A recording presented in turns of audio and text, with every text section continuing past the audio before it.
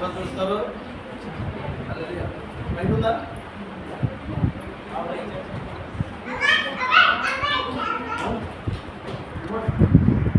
హల్లెలూయా. ఇక్కడికి రావడం చాలా సంతోషం. హల్లెలూయా. మీరందరూ ఒక విషయం తెలుసుకోవాలి. హల్లెలూయా. దేవుడు గొప్పవాడు. హల్లెలూయా. దేవుడు హెప్సిబా అక్కని వాకతిప్ప కంటే ముందు కాకినాడ పంపించాడు. ఎక్కడికి పంపించాడు? హల్లెలూయా. మీ అందరికంటే ముందు రక్షించడానికి, మీ అందరికంటే ముందు ఎవరు రక్షించాడు? దేవుడు నన్ను. హల్లెలూయా. నేను చదువుకున్నాను. విద్య లేనివాడు విద్య లేనివాడు ఇంత పశువు కాదు, కానీ విద్య ఉన్న వింత పశువుగా నేను ఉండేను. మరి నేను అన్నీ ఫెయిల్ అయిపోతూ ఉండేవాడు సబ్జెక్టులు. అప్రోచ్ ఫెయిల్ చేసింది, క్లాస్లో ఫస్ట్ వస్తుంది. ఒకసారి చెప్పండి. హల్లెలూయా.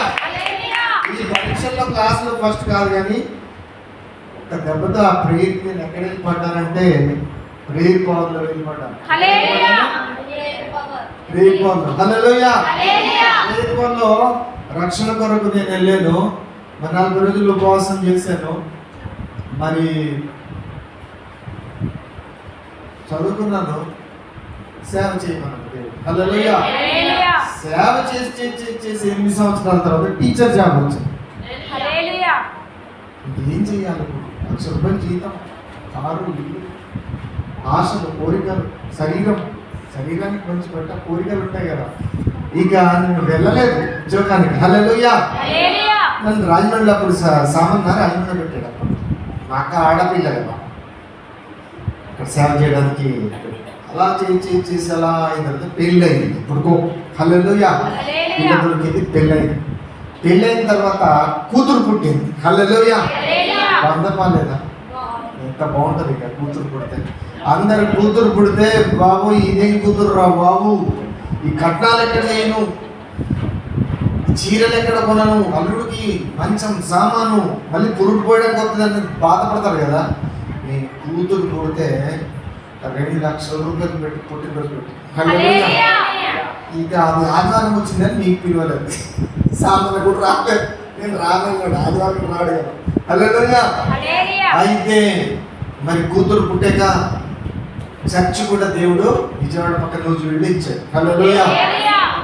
చర్చ్ ఇచ్చాడు. ఒక చిన్న చర్చ్, కొత్త చర్చే, సంఘము. దేవుడు దర్శనం ద్వారా వాళ్ళకు మాకు చెడు అన్నకు చెప్తే వెళ్ళి చెయ్యాలి నేను అన్నాడు. ఇలా మధ్యలో మళ్ళీ చిన్న శోధన అనేది వచ్చింది. చిన్న ప్రాబ్లమ్స్ వస్తాయి కదా. చర్చి కట్టిన వాళ్ళేమో, కట్టించిన వాళ్ళు అక్కడ ఉంటారు వేరే దేశంలో. చర్చి దేవుడు దర్శనం ద్వారానే ఇచ్చాడు. అక్కడ కనబడుతున్నాం ఇంగ్లాండ్, వేరే దేశంలో మన వాళ్ళకి. ఇక్కడ మనకి దేవుడు మాట్లాడుతున్నాడు. శోధన వచ్చింది. చర్చ్ అయితే వచ్చింది, కానీ 20 మంది సంఘం ఉంది. హల్లెలూయా. అయితే కొంచెం చిన్న ప్రాబ్లం వచ్చి ప్రస్తుతం అలా ఉంది. అంటే ప్రాబ్లం అంటే గొడవలు అయి కాదు, కానీ ఉంటాయి కదా. హల్లెలూయా. దేవుడు నన్ను పరిచయంలో ఇంకా బలంగా బ్రతికించి వాడుకోవాలని నేను కోరుతూ ఉన్నాను. చిన్న పల్లవి చరణం పాడి నేను ముగించేస్తాను. హల్లెలూయా. నీ చేతితో నన్ను పట్టుకో, నీ ఆత్మతో నన్ను నడుపు, చూపి చేతిలో కీలను నేను అనుక్షణము నన్ను చెప్పుము, చూపి చేతిలో కీలను నేను అనుక్షణము నన్ను చెప్పుము.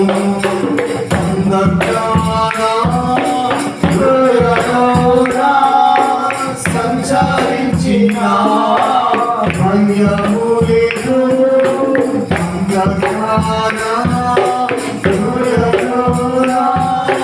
సంచరించిన భయము లేదు. నీ వాక్యము శక్తి కలది, నా కృపకు నిత్య వెలుగు. నీ వాక్యము నిత్య వెలుగు, నీ వాక్యము శక్తి కలది. నీ చేతిలో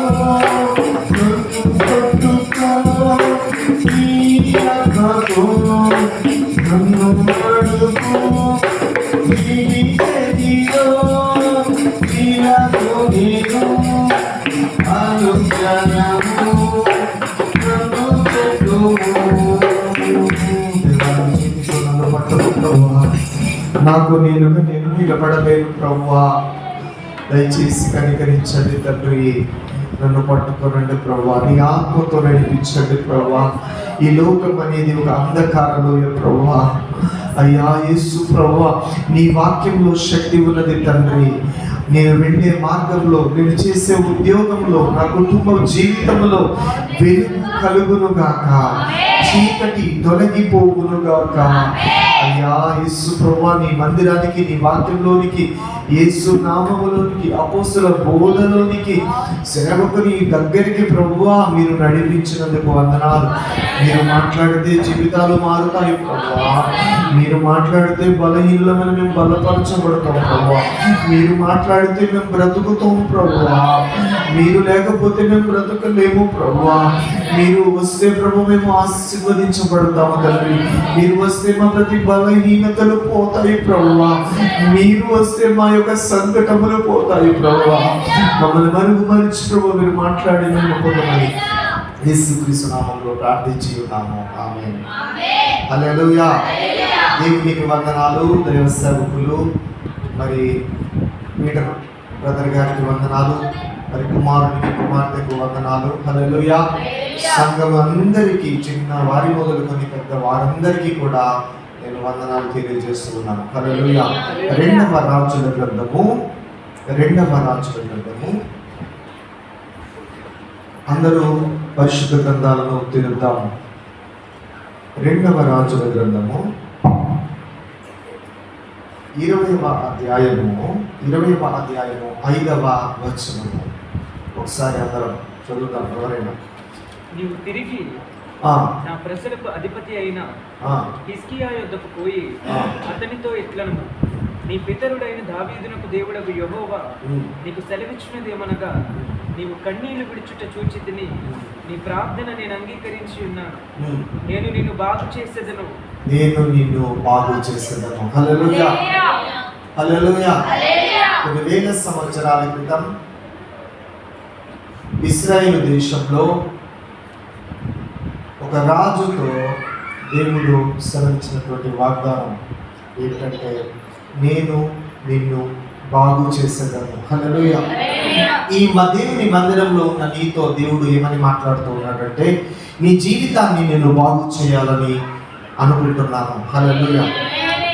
అదేంటి బ్రదర్, ఏ విషయంలో బాగు చేయాలని అనుకుంటున్నాడు? మీకు ఆలోచన రావచ్చు. హల్లెలూయా. హల్లెలూయా. ఇంతవరకు బాగు చేస్తూనే వచ్చాడు.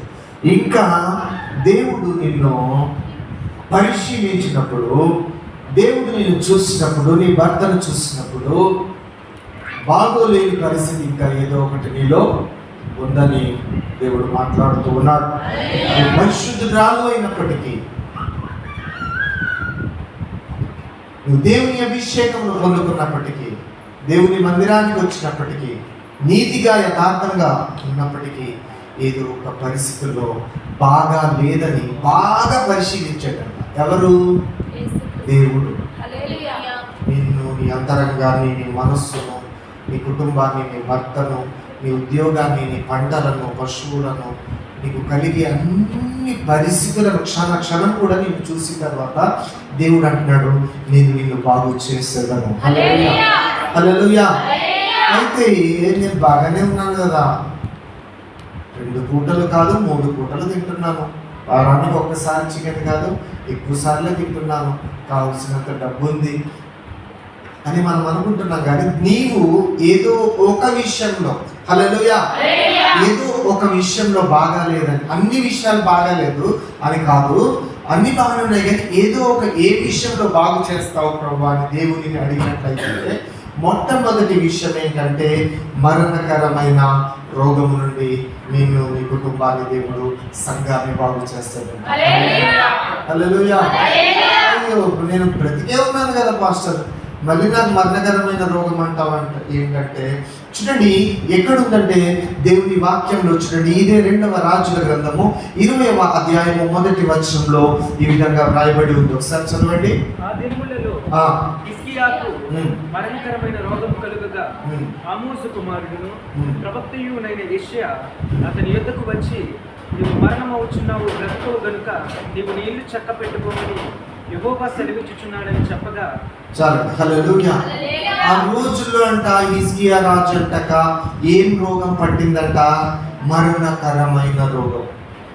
అంటే దానికి మందు లేని రోగం, మందు లేని రోగం, మరణకరమైన రోగం రాజుకు పట్టిందంట.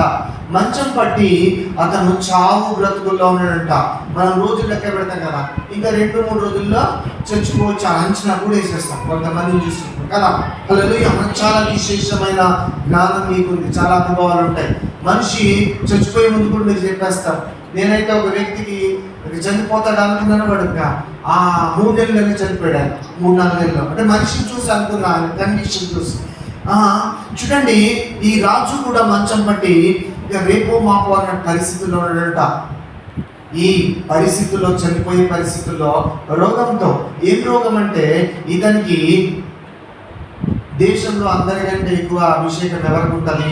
దేవుడు శక్తివంతుడు. దేవుడి తర్వాత ఎవరు బలంగా ఉంటారంటే ప్రవక్త, సేవకుడు బలంగా ఉంటారు.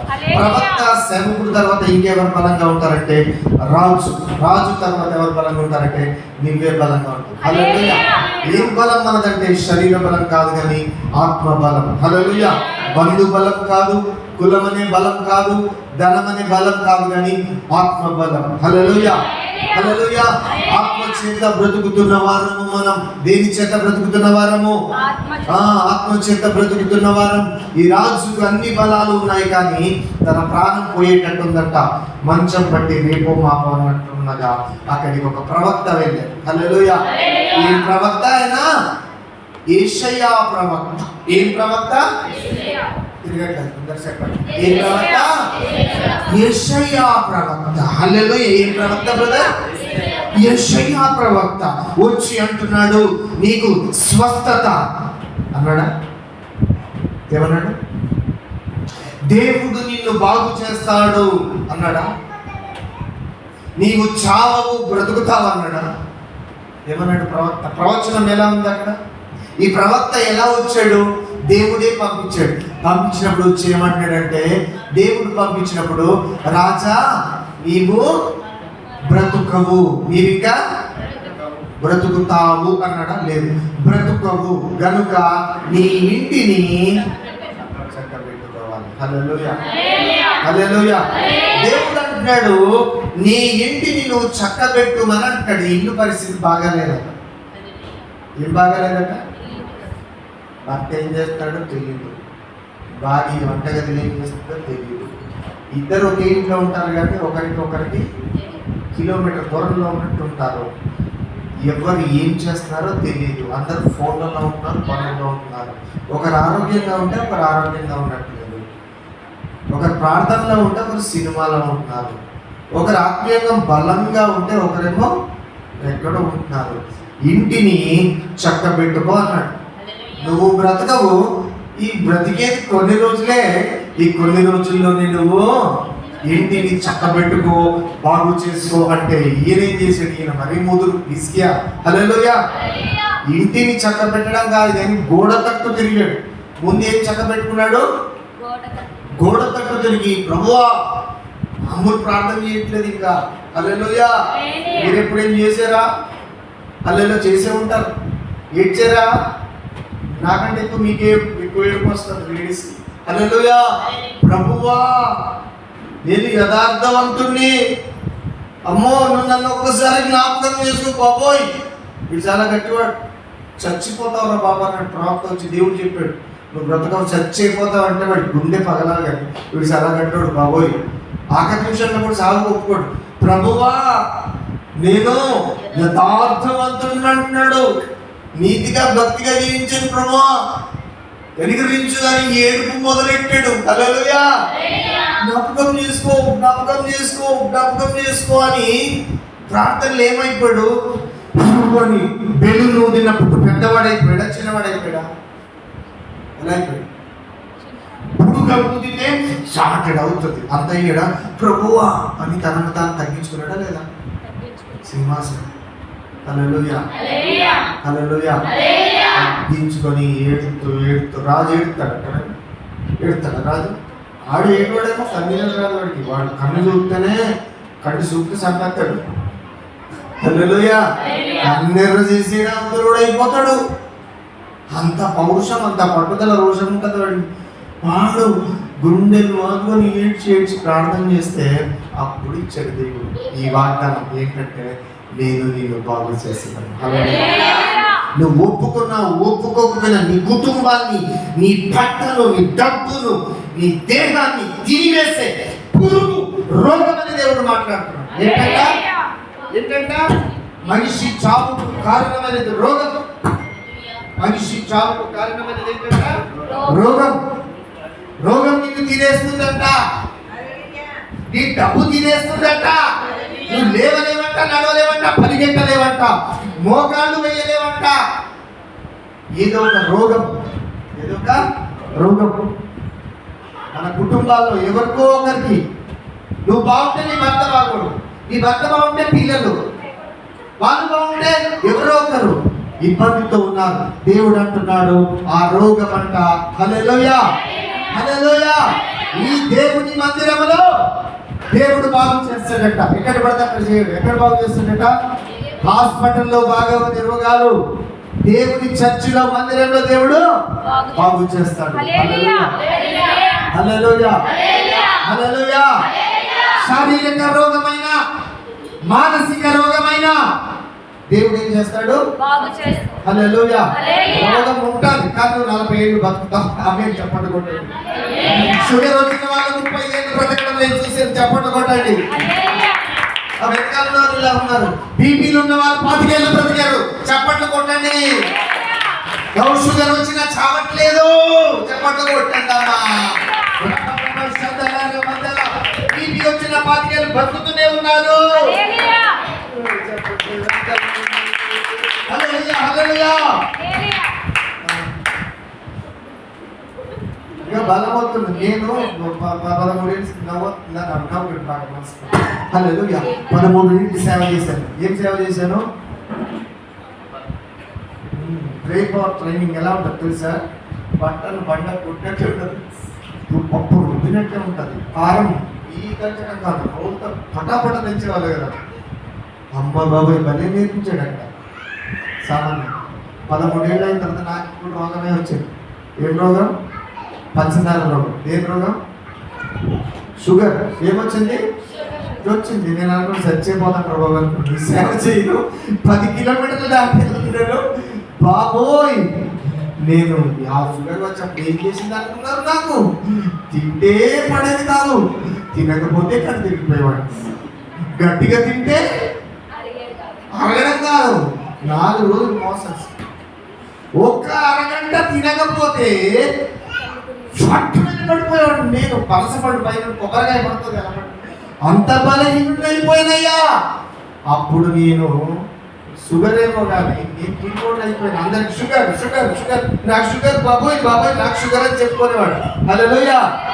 కనిపించినోడు నాకు షుగర్ వచ్చేసింది బాబోయ్ అని చెప్పుకునేవాడిని. ఆ తరువాత హల్లెలూయా, హల్లెలూయా. ఆ తర్వాత నేను 10 కిలోమీటర్లు దాటి వెళ్ళలేను అనుకున్నాను. వెళ్ళని దూరం సేవకి, చెయ్యని ఎక్కువ సేవ చేయలేను, బాడీ పని అనుకున్నాను. ఆ షుగర్ వచ్చిన తర్వాత ఒక ప్రార్థన కూడిక జరిగింది. హల్లెలూయా. అక్కడ 120 మంది సేవకులు ఉంటారు.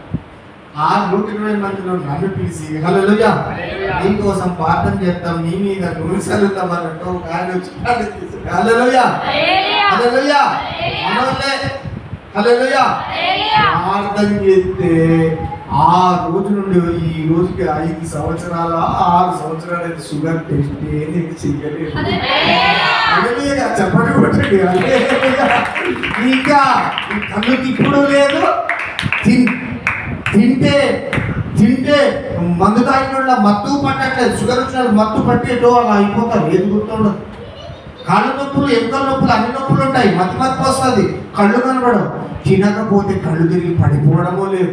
ఎలా బతికిన 6 సంవత్సరాలు సాగుండే ఉన్నాను. హల్లెలూయా. బతికిన సత్యనా రబ శబ రబ రబ రబ. హల్లెలూయా.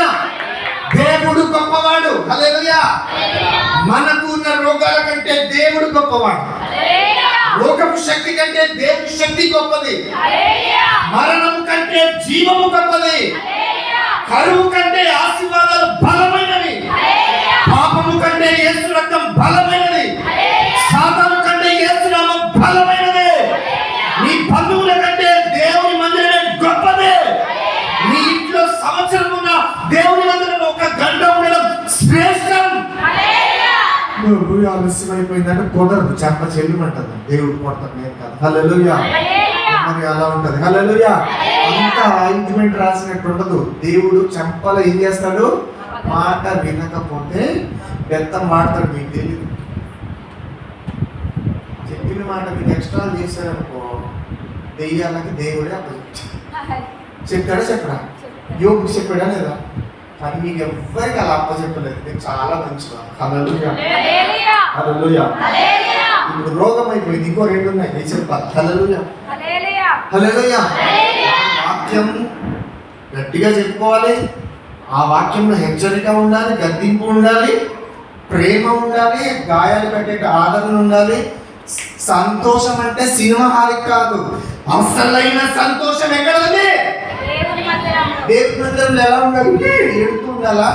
నవ్వు ముఖాలు వెలిగిపోతూ. జాన్పేట బ్రదర్ ముఖం ఎలా ఉంటుంది? ఎప్పుడు ఆయన మీటింగ్ వచ్చాడు, ఎప్పుడు నవ్వు, ఆ ముఖంలో సంతోషమే ఉంటుంది. హల్లెలూయా. భయం, పిరికిదనం, బాధ ఉండదు. ఎప్పుడు వెలుగుతూనే ఉంటుంది ఆ ముఖం. హల్లెలూయా. అలా ఉన్నాడు కానీ అన్న మామూలు మేము కూడా అంత వెలగం, అంత నవ్వం, అంత సరదాగా, యాక్టివ్గా, జాయ్ఫుల్, హుషారుగా ఉంటాం. హల్లెలూయా. ఒకటైంది, ఇంకో 2 ఉన్నాయి. ఒకటి రోగం బాగు చేస్తాడంట. హల్లెలూయా.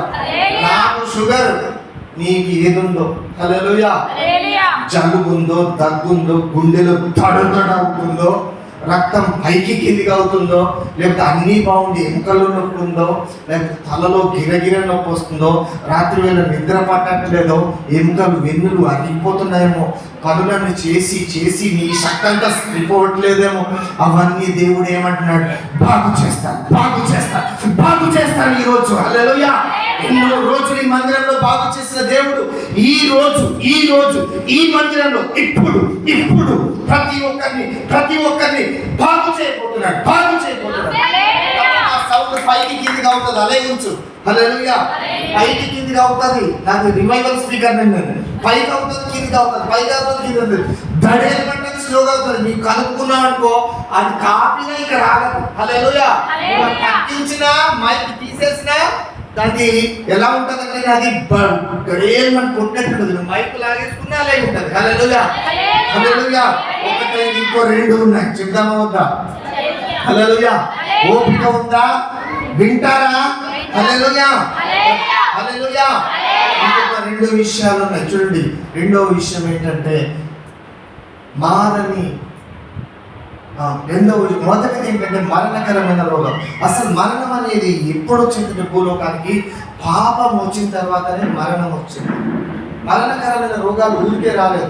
పాపాలు ఎక్కువ చేస్తూ ఘోర పాపాలు చేస్తుంటే మరణకరమైన రోగాలు మనుషులకి ఘోర పాపాలు చేస్తుంటే మరణకరమైన రోగాలు మరి భూమి మీదకి వచ్చాయన్నమాట. మనుషులే తెచ్చుకున్నాడు. అది అయిపోయింది. మొదటి విషయం, బాగు చేస్తారు అంటారు. చెప్పండి కొట్టండి ఒకసారి.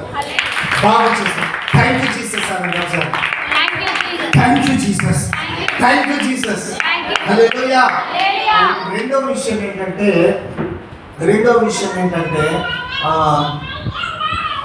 దాస్యత్వంలోనికి నడిపించే అప్పుల నుండి దేవుడు ఏం చేస్తాడంట? బాగు చేస్తానంట. ఏమంటున్నాడు? దాస్యత్వంలోనికి నడిపించే అప్పుల నుండి దేవుడు ఏం చేస్తానంటున్నాడు? చూడండి, 2వ రాజుల గ్రంథము 4వ అధ్యాయం 7వ వచనం. స్పీడ్గా చదవండి, పేజ్ నెంబర్ 309.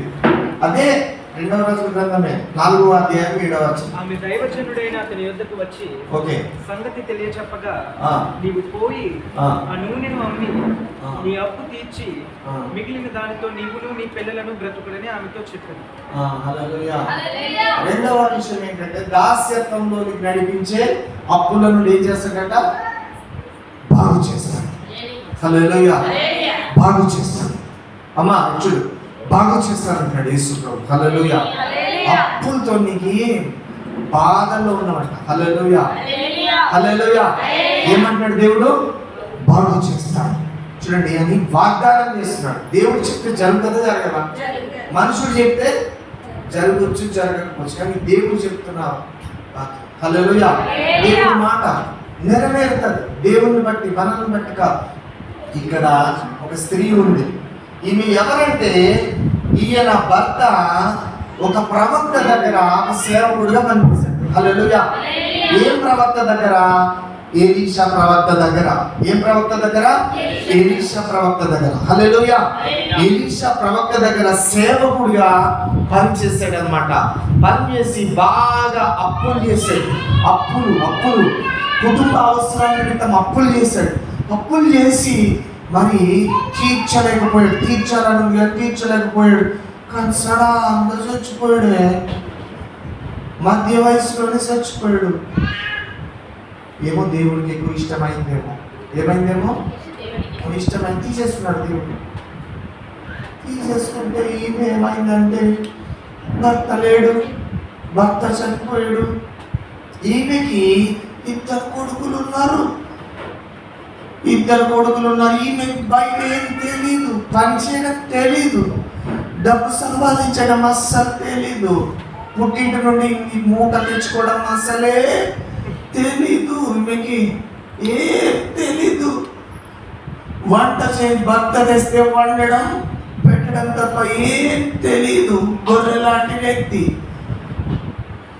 ఈమె దగ్గరికి అప్పుల వాడు వచ్చాడు. కట్టమాన అప్పులు అన్నాడు. అంటే అయ్యా నేను ఏం లేదయ్యా కట్టడానికి. వాడు చాలా కట్టేవాడు, అప్పులు ఇచ్చినవాడు.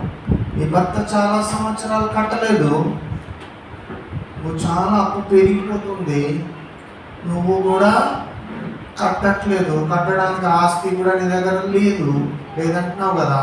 నీ ఇద్దరు కుమారులను నేను చూడండి ఇక్కడ ఉంటుంది 4వ అధ్యాయం 5వ వచనం, 4వ అధ్యాయం 1వ వచనం చదవండి. అంతటి ప్రవక్తల శిష్యులలో ఒకని భార్య, నీ దాసుడైన నా పెనిమిటి చనిపోయాను, అతడు యెహోవా యందు భక్తి గలవాడై ఉండనని నీకు తెలిసే ఉన్నది. ఇప్పుడు అప్పుల వాడు నా ఇద్దరు కుమారులు తనకు దాసులుగా ఉండటకై వారిని పట్టి, ఇద్దరు కుమారులను కూడా దాసులుగా నేను పట్టుకెళ్తాను, మీరు కట్టలేరమ్మాక అంటాడంట. అప్పుడు భర్త లేని ఆయన చేయమనాలి, ఏమనాలి? ఈ స్త్రీ చాలా గట్టిది. హల్లెలూయా. వెంటనే ఈమె జ్ఞానం కలిగిన స్త్రీ, విశ్వాసం ఉన్న స్త్రీ, పట్టుదల. హల్లెలూయా. భర్త లేకపోయినా కుటుంబాన్ని నడిపించుకునే వీరవనిత. హల్లెలూయా. వెంటనే ఎక్కడికి వెళ్ళిందంటే తెలుసా?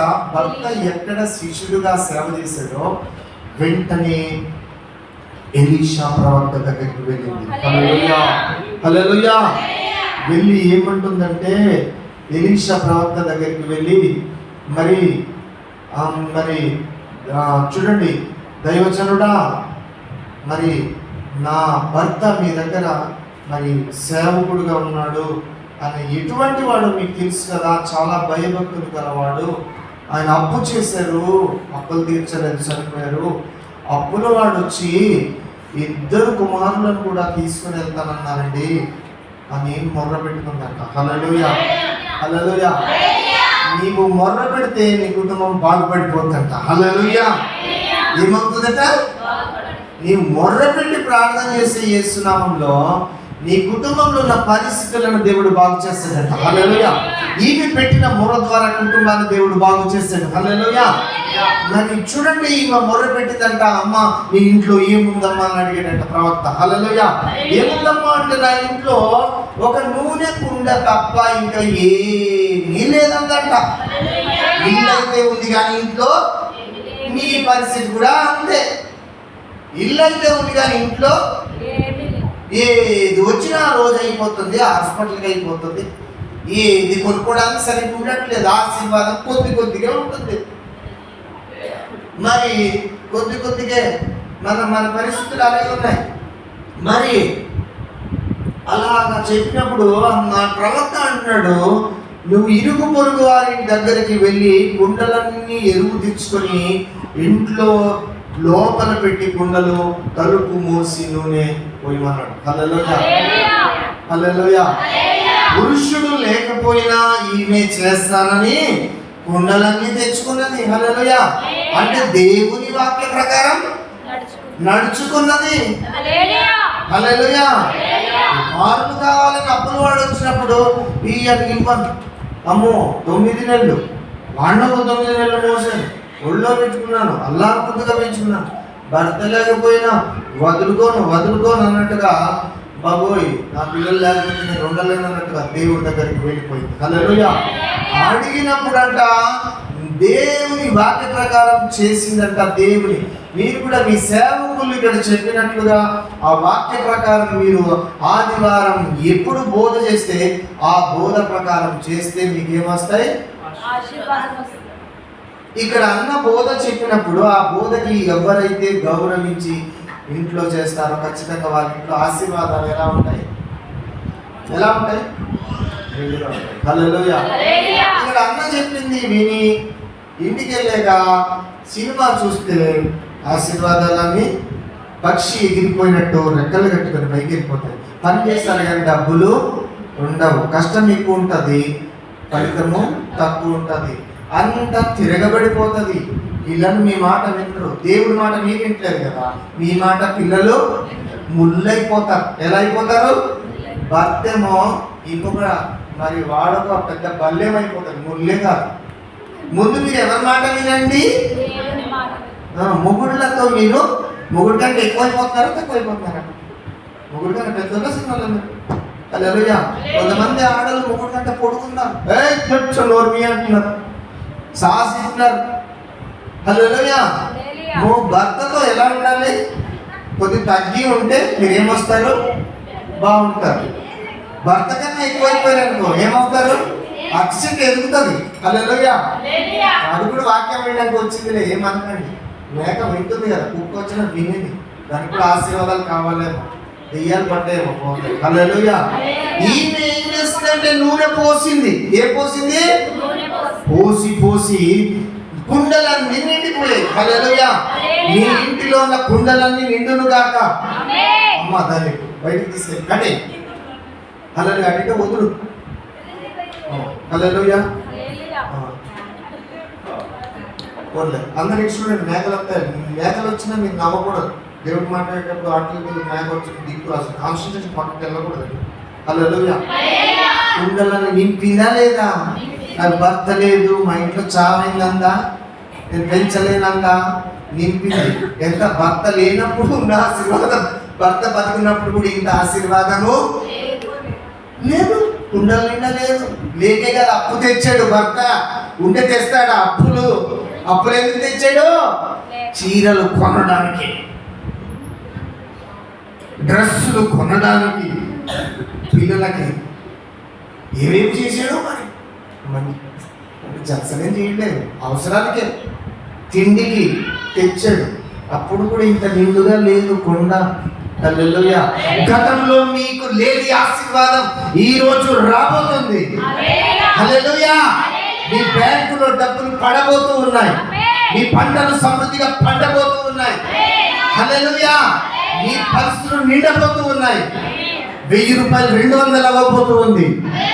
మీ భూములు ఫలించబోతూ ఉన్నాయి. హల్లెలూయా. మీ ఆశీర్వాదం అధికమవ్వబోతూ ఉంది. హల్లెలూయా. ఈ సంవత్సరం 30,000 ఉందేమో, వచ్చే సంవత్సరానికి పెరగబోతూ ఉంది. హల్లెలూయా. 1000 రూపాయలు నువ్వు కళ్ళతో చూడబోతూ ఉన్నావు. హల్లెలూయా. ఎవరికి? దేవుని మాట వినేవారు 1000 రూపాయలు చూస్తారంట. హల్లెలూయా. హల్లెలూయా. సమృద్ధి అయిన ఆశీర్వాదాలు చూస్తారంట. గతంలో నీ ఇంట్లో లోటు ఉందేమో, నూనె అంటే ఉప్పు లేదేమో, ఉప్పు ఉంటే ఆవకాయ పచ్చడి లేదేమో, ఆవకాయ పచ్చడి ఉంటే చికెన్ తింటున్నావేమో, మటన్ తినలేకపోతున్నావేమో. ఆశీర్వాదాలు ఇక మీదట ఎలా ఉండబోతున్నాయంటే నిండుగా. హల్లెలూయా. ఒకసారి చెప్పండి కొట్టండి. అంటే నిండుగా అంటే అంత కాదు, నీకు నీ ఇంటికి అవసరమైన నీకు కావలసినంత నిండుగా. హల్లెలూయా. దీవెనలో దేవుని మందిరంలో దేవుడు చెప్పే వాక్యం ద్వారా వింటున్న నీకు దేవుడు దయ దయచేయబోతూ ఉన్నావు. హల్లెలూయా. ఇతరులకు ఇచ్చేవాడుగా ఉండబోతూ ఉన్నావు.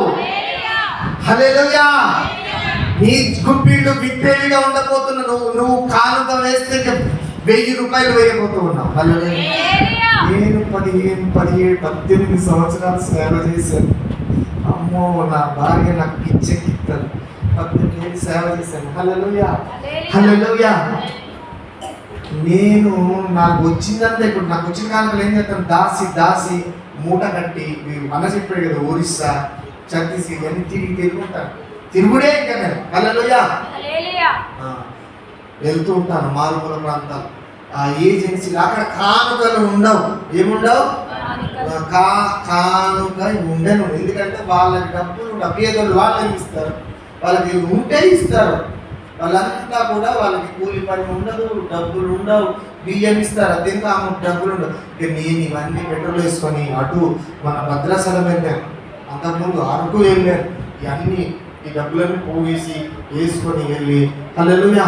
నా డబ్బులన్నీ సేవగా అయిపోతాయి. నేను దాయడానికి ఎవరు దాయరు, అన్నప్పుడు దాయరు. హల్లెలూయా. ఇది నా సేవలో ఎంత సేవలోనే ఖర్చు అయిపోతాయి, దాయడానికి ఉండదు. నేను ఎక్కువ కూడా బయట ఇది ఎప్పుడో సొక్క వేసుకుంటున్నా 4 years బ్యాక్. ఈ సంవత్సరం బట్టలు ఉన్నాయి అని కుట్టించలే. హల్లెలూయా. ఎందుకు రబాబు? హల్లెలూయా. అంత పొదుపు, అంత జాగ్రత్త. డబ్బంతా పెట్రోల్కి, డబ్బంతా సేవకి, ఊరు వెళ్ళడానికి. అక్కడికి వెళ్ళి నేనే అక్కడ ఒక పాస్టర్కి పల్లెటూరులో నేనే 500 కానుక రివర్స్ ఇచ్చి వస్తాం.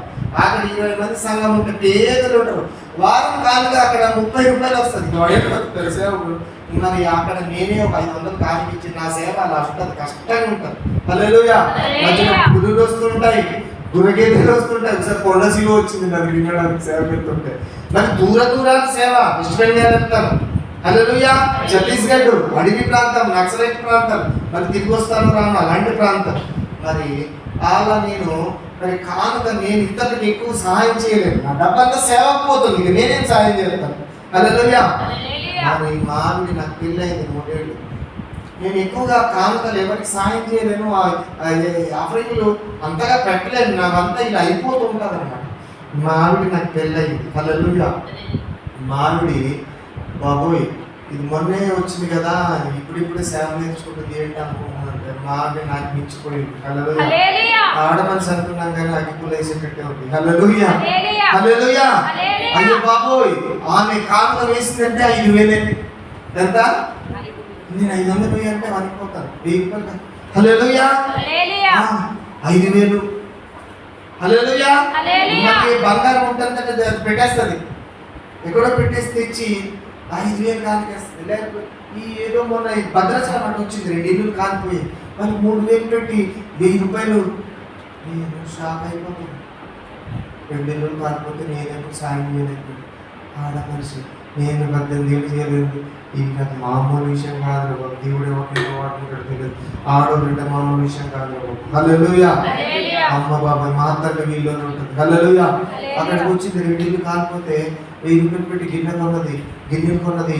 6 చీరలు కొత్త ఇచ్చింది. మంచి చీరలు ఉంటాయి మా ఆవిడకి. 1000, 2,000, 3,000 రెడీ ఇచ్చేసింది. కొత్త కట్టన్ చీరలు. హల్లెలూయా. మరి ఇచ్చేసింది. అది కాకుండా రేకులు కొనుక్కొని డబ్బులు ఇచ్చింది. వాళ్ళకి 3,000. అక్కడ చర్చి రేకులు వేసుకుంటుంటే చర్చికి రేకులు ఇచ్చింది. అమ్మ బాబు ఆడ మనిషే కానీ అగ్గిపుల్ల. హల్లెలూయా. అమ్మ బాబు సేవకు బాగా పనికి వస్తుంది రా బాబు, నాకంటే స్పీడు. హల్లెలూయా. పర్లేదు. హల్లెలూయా అని సంతోషించా.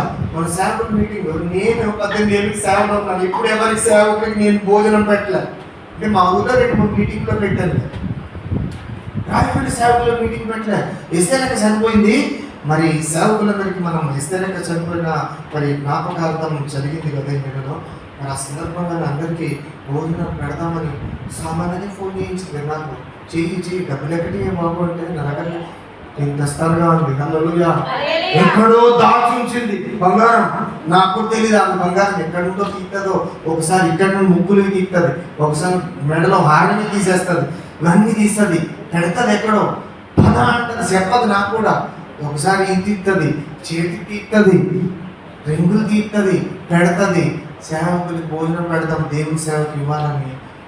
మొన్న 120 మంది వచ్చారు. ఆ సేవకులకి వచ్చిన వాళ్ళందరికీ చికెన్ భోజనాలు, మళ్ళీ 6,000 ఆఫరింగ్ ఇచ్చి నాకే పిచ్చెక్కింది. హల్లెలూయా. అంత అద్భుతాలే, ఆడ మనిషి అంటే అద్భుతమే, చెప్పబట్టు ఆశ్చర్యమే. హల్లెలూయా. నీవు నీ కుటుంబానికి అద్భుతంగా ఉండును గాక, నీవు సమాజానికి ఆశ్చర్యకరంగా ఉండును గాక, నీ ఇంటిలో అద్భుతములు జరుగును గాక. హల్లెలూయా. ఏ అద్భుతాలు? ఎలీషా ప్రవక్త ప్రార్థన చేసినప్పుడు స్త్రీకి జరిగిన అద్భుతాలు, జాన్ పీటర్ అన్న ప్రార్థన చేసినప్పుడు, ఈ సేవకులు ముగ్గురు ప్రే చేసినప్పుడు, నీ కుటుంబంలో నీవే ఒక అద్భుతంగా ఉండును గాక. హల్లెలూయా. హల్లెలూయా. నిండుగా ఉండును గాక, నిండుగా ఉండును గాక, సమృద్ధిగా ఉండును గాక. ఇప్పుడు రెండు అయిపోయి ఇంకొకటి ఉంది, అది చాలా ఇంపార్టెంట్. ఈ రెండు శరీరం, రెండవది భూ సంబంధమైన చెప్పారు, మూడవది ఆత్మ సంబంధమైనది, మహిమతో కూడినది. అది వినాలి. హల్లెలూయా. అది తొందరగా చెప్పి నేను ముగించేస్తాను. లూకాసు వార్త 15వ అధ్యాయం, స్పీడ్గా చెప్పేస్తున్నాను. లూకాసు వార్త 15వ అధ్యాయము 3వది ఏంటంటే, మారని హృదయమును దేవుడు బాగు చేస్తాడు. హల్లెలూయా. ఏం బాగు చేస్తాడమ్మా? దేవుడు ఏం బాగు చేస్తాడు? మొదట మరణకరమైన రోగం, రెండవది దాస్యత్వంలోకి నడిపించే అప్పులలో చేరుతుందంటే మీరు సగం మంది ఎత్తుతారు. మూడవది ఏంటంటే మారిని హృదయమును, స్వభావమును దేవుడు బాగు చేస్తాడు. లూకాసు వార్త 15వ అధ్యాయం 17వ వచనంలో ఈ మాట ఉంది. ఒకసారి చదవండి. లూకా 15. బుద్ధి వచ్చినప్పుడు వాడు నా తండ్రి యొక్క ఎంతో మంది కూలివాళ్లకు అన్నం సమృద్ధిగా ఉన్నది, నేనైతే ఇక్కడ ఆకలికి చచ్చిపోతున్నాను. నేను లేచి నా తండ్రి వద్దకు వెళ్ళి, తండ్రి, నేను పరలోకమునకు విరోధముగాను నీ ఎదుటను పాపము చేసితిని, ఇక మీదట నీ కుమారుడు నాకు అర్పించుటకు యోగ్యుడను కాను. హల్లెలూయా. చిన్న కుమారుడు ఇంట్లో ఇశ్రాయేలు దేశంలో ఆస్తి ముందు పంచిపెట్టేటప్పుడు అక్కడ ఎలా ఇస్తారో తెలుసా? ఇక్కడ ఎలా ఉంటాయి కానీ ఆ దేశంలో ఆస్తుల పంపకాలు ఎలా ఉంటాయంటే, 4 కొడుకులు ఉన్నారనుకో, 4 కొడుకులు ఆ దేశంలో, ఇక్కడ సంగతి చెప్పట్లేదు. ఇశ్రాయేల్ దేశంలో 10 ఎకరాలు ఉందనుకో, జ్యేష్ఠ పుత్రుడికి 10 ఎకరాల్లో సగం పడికి ఒక్కడికే ఇచ్చేస్తారు. అక్కడ ముందు ఎవరికి ఇస్తారు? పెద్ద కొడుకి, జ్యేష్ఠ పుత్రుడికి సగం ఇస్తారు. మిగతా 3 పిల్లలకి ఆ 5 ఎకరాలు పంచి ఇస్తారు. జ్యేష్ఠ పుత్రుడికి ఎక్కువ ఇస్తారు. అక్కడ ఆ దేశంలో అంట తండ్రికి 2 కుమారులు ఉన్నారు. తండ్రి బాగా డబ్బు సంపాదించాడు, పిల్లోడేమో ఉన్నదంతా, తండ్రి ఏమో డబ్బు సంపాదించేవాడు, ఆస్తులు సంపాదించేవాడు, పిల్లోడేమో మొత్తం పాడు చేసేవాడు.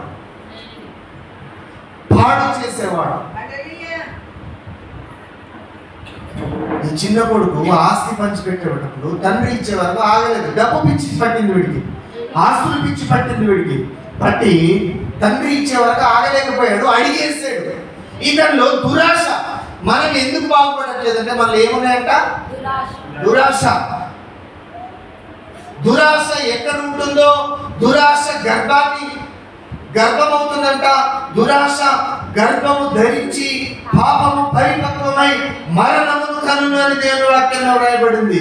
దురాశను కన్నాడు, పాపాన్ని కన్నాడు, ఆస్తి మీద కన్ను వేశాడు. తండ్రి మాట వినవాడు చెప్పాను కదా. తండ్రి మాట విన్న వాళ్ళందరూ ఆశీర్వదింపబడతారని చెప్పాను కదా.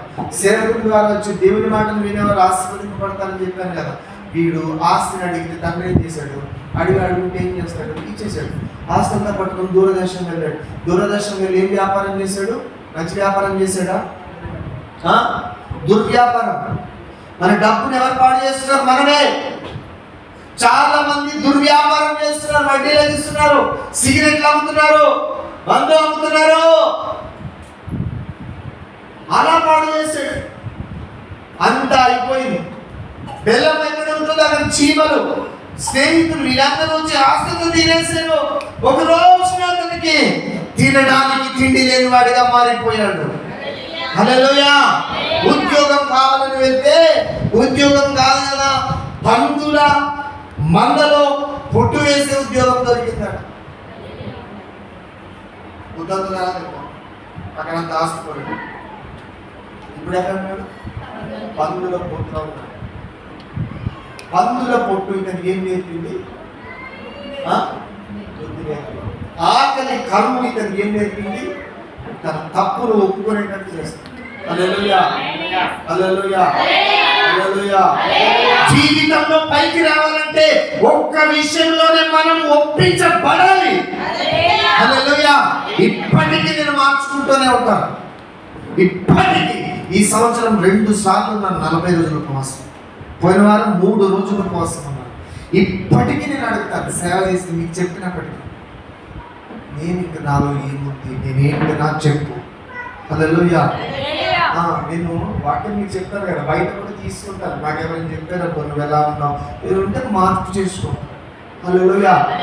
ఇంకా ఇంకా ఈ వ్యక్తి ఆ కరువులో తినడానికి తినలేక బుద్ధి వచ్చిందంట. బుద్ధి వచ్చి పశ్చాత్తాపంతో క్షమించునని, పరలోకంలో ఉన్న తండ్రికి విరుద్ధంగా నేను పాపం చేశాను, ఈ లోకంలో ఉన్న తండ్రికి విరుద్ధంగా ఘోర పాపం చేశాను, అందుకే ఈ శాపం. ఎందుకు ఈ కరువు అంటే దేవుని మాట వినలేదు. ఎందుకు ఈ పందుల పట్టు అంటే తండ్రి మాట వినలేదు. దేవుని సేవకుని మాట, దేవుని మాట వినక ఎవరు ఉంటారో వారి బ్రతుకులు ఎవరు బాగు చేయలేరు. విన్న వాళ్ళు బాగుంటారు, వినని వాళ్ళ సంగతి నేను చెప్పలేను. అర్థమైందా? క్షమించమని అడిగినప్పుడు దేవుడు అతనిని క్షమించాడు. హల్లెలూయా. నా జీవితంలో కూడా తల్లి మాట వినకుండా బ్రతికేది. అప్పుడు శాంతి లేదు, ఆశీర్వాదాలు లేవు. తండ్రి మాట వినకుండా బ్రతికినంత కాలం ఆశీర్వాదాలు లేవు. దేవుని సేవకుని మాట విననంత రోజుల్లో ఆశీర్వాదాలు లేవు. దెయ్యాలు పట్టేసాయి, రోగాలు పట్టేసాయి. చూడండి, 4వ తరగతిలోనే 4 సార్లు 3 సార్లు ఆత్మహత్య చేసుకోవడానికి ప్రయత్నించాను నేను. ఇంట్లో కోపగించి విజయనగరం పారిపోయేవాడు. మా గ్రామంలో ఆ సైతానంట ఇంటింట్లో ఒక్కొక్కరిని కోరుతుందంట. మా ఇంట్లో 6 పిల్లలు, 6లో నేను చిన్నవాడిని. ఈ చిన్నవాడిని అయినా నన్ను కోరుతుందంట. ఇది ఎవరు చెప్పారంటే ప్రేయర్ వాళ్ళు. నేను ఇప్పుడు మీకు ఇలా చెప్తాను, కానీ అప్పుడు కొద్దిగా మెంటల్గా ఉండేవాడిని. ఎలా ఉండేవాడిని? పిచ్చి పట్టేది అన్నమాట.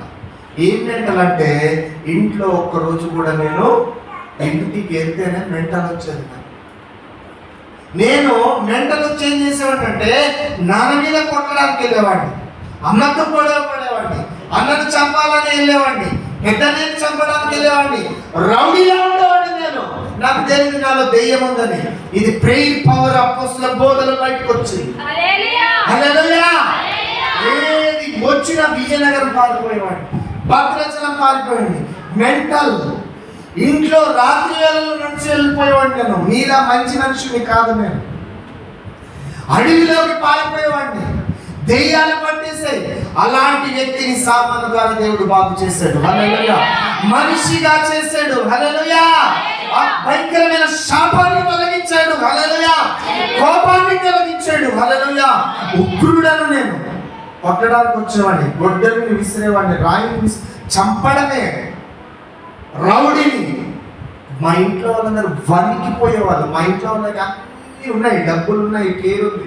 నేను అక్కడనే వాళ్ళకి ప్రమాదం ఎన్నో సంవత్సరాలుగా. అలాంటి మృగ స్వభావం లాంటి నన్ను మార్చి దేవుడు మృదువైన వ్యక్తిగా పరిశుద్ధాత్మతో నీటిని మార్చాడు. హల్లెలూయా. హల్లెలూయా.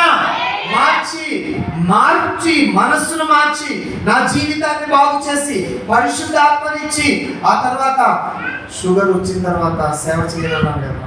ఆ తర్వాతే ఎక్కువ సేవ జరిగించుకున్నాను. షుగర్ లేనప్పుడు ఇంతకంటే నేను వాక్యం చెప్పేవాడు కాదు. హల్లెలూయా. షుగర్ వచ్చిన తర్వాత చాలా గట్టిగా వాక్యం చెప్పడం ప్రారంభించాను. హల్లెలూయా. ఇంకా దూర ప్రాంతాలకు వెళ్ళి సేవ చేయడం ప్రారంభించాను. హల్లెలూయా. మునిపటి కంటే ఇంకా ఉపవాసాలు ఎక్కువైపోయాయి. హల్లెలూయా. ఇంకా షుగర్ బలహీనత వచ్చినా ఇంకా ఎక్కువ బలమైన సేవ చేయడానికి దేవుడు చూపించాడు. నా జీవితాన్ని అలా బాగు చేశాడు దేవుడు. ఈ వాక్యం ద్వారా దేవుడు మరి నన్ను, మిమ్మల్ని అందరినీ దేవుడు ఆశీర్వదించగా.